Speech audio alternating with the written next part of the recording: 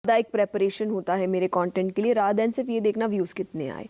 तो वो अभी तक तो मैं बची हुई हूँ इन चीज़ों से। आपने प्रिपरेशन की बात की, तो जब आप अपना डिस्कोर्स तैयार करती हैं, अपना कथा प्रवचन कोई भी कंटेंट जब आप तैयार करती हैं, तो कैसे तैयारी करती हैं आप अपनी? क्या सोच के? क्या आप पहले से कुछ नोट्स बनाती हैं, उस सब्जेक्ट को और 2-4 बार और मांझती हैं, बार बार रिपीट करके? कैसे करती हैं आप? और मैं तो न्यूज़ कंटेंट बनाता हूं और आप स्पिरिचुअलिटी में हैं, तो एक न्यूज़ कंटेंट क्रिएटर दूसरे कंटेंट क्रिएटर से पूछ रहा है, आप कैसे बनाते हैं? कथाओं को लेकर मुझे नहीं लगता मुझे बहुत ज़्यादा प्रेपरेशन की ज़रूरत पड़ती है। कथाओं को, जो कहानियाँ हैं उनको लेकर, क्योंकि अब आपको मोस्टली पता है, क्योंकि हर जगह नया नहीं हो सकता। श्री राम ही रावण को मारेंगे तो कथा आई मीन सेम ही होती है। बट हाँ, बीच बीच में आप पढ़ते रहते हैं। तो अब मेरा ऑन स्पॉट प्रेपरेशन कुछ नहीं होता।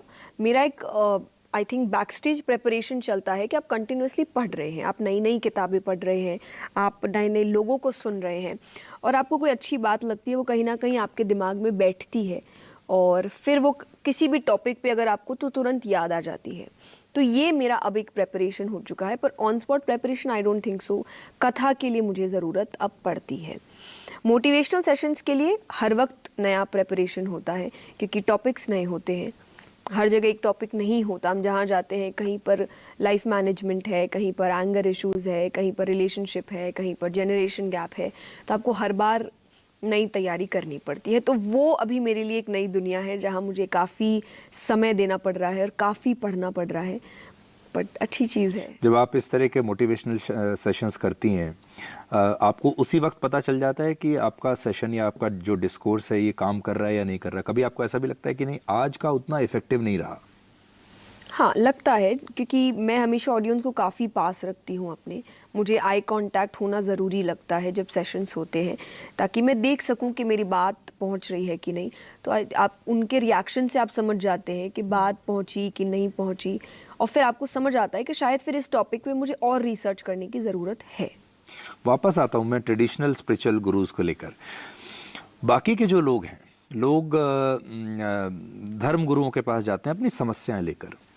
क्या आपको लेकर भी लोगों को ये गलतफहमी होती है कि आप ज्योतिष के बारे में भी बताएंगी, आप उनका भविष्य भी बताएंगी, उनका भूतकाल भी बताएंगी, फिर आप ये भी बताएंगे कि कैसे अच्छे नंबर लिए जाएं, नौकरी कब मिलेगी? इस तरह की उम्मीद लोग आपसे करते हैं? बिल्कुल करते हैं। मुझे ऐसा लगता है ये फेज़ ही ऐसा है कि अगर आप इस सेक्टर में काम कर रहे हैं, तो वो अपने आप अज्यूम कर लेते हैं कि आपको थोड़ा बहुत तो जानकारी होनी चाहिए कि क्या चल रहा है। तो आते हैं लोग, कैसे होगा, क्या होगा, एग्ज़ाम में पास कैसे होंगे, होंगे कि नहीं होंगे, और शादी कब होगी मेरे बच्चे की। और फिर मैं हमेशा कहती हूँ, मुझे ही नहीं पता मेरी कब होगी, तो मैं आपके बच्चे का क्या बताऊँ। तो मेरा आंसर यही रहता है कि मैंने इसकी पढ़ाई नहीं करी है और मुझे नहीं पता इसके बारे में कुछ भी।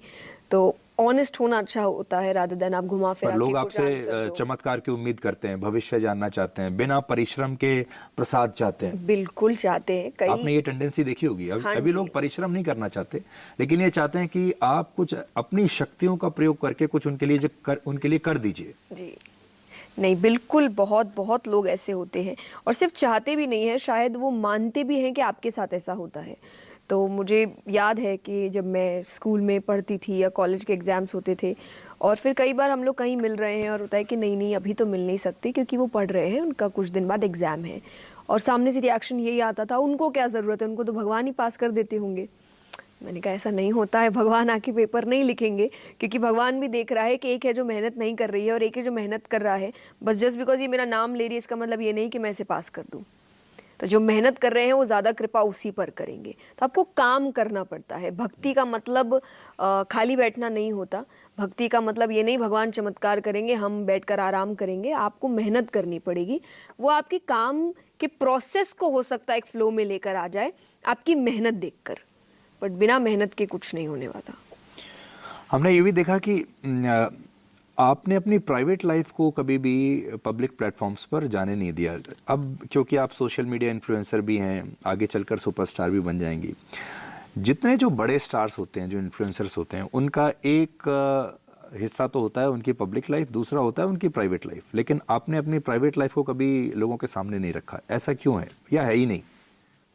नहीं, प्राइवेट लाइफ, क्योंकि मुझे लगता है सिर्फ एक चीज़ नहीं होती, इन टोटल आप अपने अपनों के साथ कैसे हैं या आप अपने परिवार के साथ क्या करते हैं, कैसे रहते हैं, मुझे लगता है कि जब तक वो प्राइवेट है तब कि मैं खुश हूँ अपने प्राइवेट लाइफ में, अपने परिवार के साथ, अपने अपनों के साथ।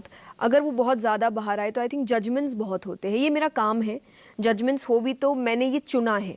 पर अपनी प्राइवेट लाइफ को अगर मैं सामने रखती हूँ तब फिर मैं बुरा नहीं मान सकती अगर कोई कुछ कह दे, क्योंकि मैंने खुद चला के उसको पब्लिक में रखा है और फिर लोग कुछ ना कुछ तो टिप्पणियाँ करेंगे ही, जो मैं नहीं चाहती कि प्राइवेट लाइफ में करे, क्योंकि वो सबके लिए नहीं है।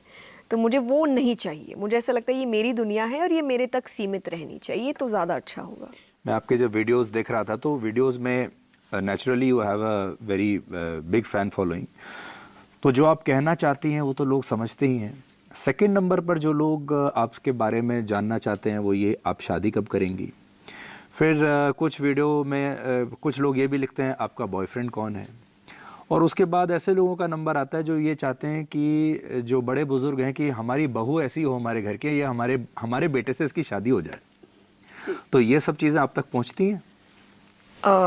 थोड़ा बहुत ज़्यादा इंटेंस रूप में नहीं, क्योंकि जैसा मैंने कहा मेरी एक टीम है जो सोशल मीडिया हैंडल करती है, तो मेरा काम सिर्फ ये है कि कंटेंट सही जा रहा है कि नहीं, ये थोड़ा एक आप देखते रहो कि काम सही हो रहा है कि नहीं।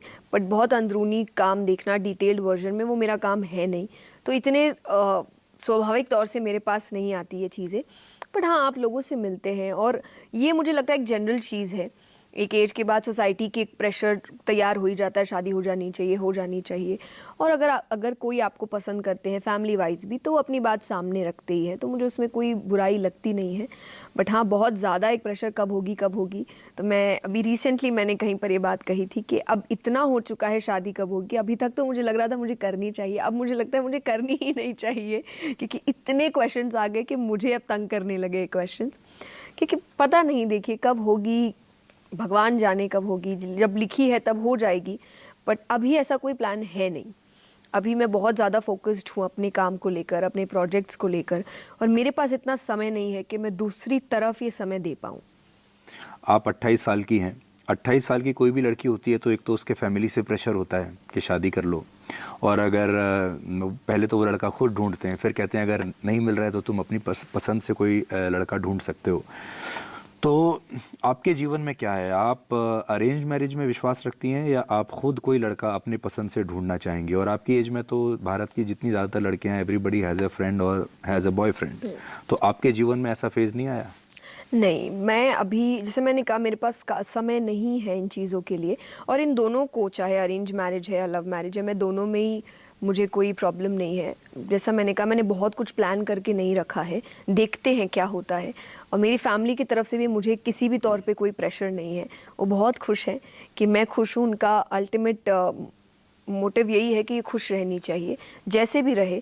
तो मुझे बहुत भगवान की कृपा से अच्छी फैमिली मिली है जो मुझे बिल्कुल भी प्रेशराइज़ नहीं करती किसी चीज़ के लिए। मेरे डिसीजंस मेरे हैं, मेरी अपनी फ्रीडम है, मेरी अपनी ज़िंदगी है, और उसके लाइफ में मुझे क्या क्या करना चाहिए, डिसीजन मेकिंग भी उन्होंने मुझे ही देकर। वैसे आपकी मैच मेकिंग ऑलरेडी शुरू हो चुकी है। बहुत सारे लोग आपको धीरेन्द्र शास्त्री से भी जोड़कर देखते हैं और वो भी कुछ कुछ कहते रहते हैं, फिर आपके सामने भी कुछ कुछ ऐसी बातें आती हैं, तो इसमें कितनी सच्चाई है? बिल्कुल भी सच्चाई नहीं है। और आई थिंक कुछ समय पहले ही मेरी 2-3 जर्नलिस्ट से भी बात हो रही थी, जब बहुत ज़्यादा इस चीज़ को बढ़ावा दिया गया था। आई हैव ज़ीरो आइडिया ये कैसे हुआ, क्योंकि मैं उनसे कभी नहीं मिली हूँ, मैंने उनको कभी देखा नहीं है, मैंने इतना मैंने कुछ भी जाना नहीं है उनके बारे में। और अचानक से आप किसी दिन उठ रहे हैं और आपको एक न्यूज़ मिल रही है ऐसा ऐसा है, तो आपको बुरा लगता है कि बिना ऑथेंटिसिटी के आप कुछ भी कह देते हैं या कोई भी बात सामने रख देते हैं। तो ये फिर आपको मुझे हर चीज़ में अपना काम नज़र आता है, तो मुझे लगा ये एक टॉपिक हो सकता है अब मेरे नेक्स्ट सेशंस के लिए, कि जब तक आपको किसी के बारे में सब कुछ सच नहीं पता हो और डायरेक्टली उसी इंसान से, आपको उनके बारे में बात नहीं करनी चाहिए। तो ये मेरे लिए थोड़ा सा एक सैड पार्ट है कि मतलब मुझे इस चीज़ में खुशी या हंसी या नेचुरल है, इग्नोर नहीं चलता। मुझे ऐसा लगता है ये गलत है और ये बंद होना चाहिए। मुझे, क्योंकि मैं बहुत ज़्यादा अध्यात्म में जुड़ गई हूँ, शायद मेंटली इतना फ़र्क ना पड़े, बट एक नॉर्मल लड़की होगी या नॉर्मल इंसान होगा उसको फ़र्क पड़ेगा।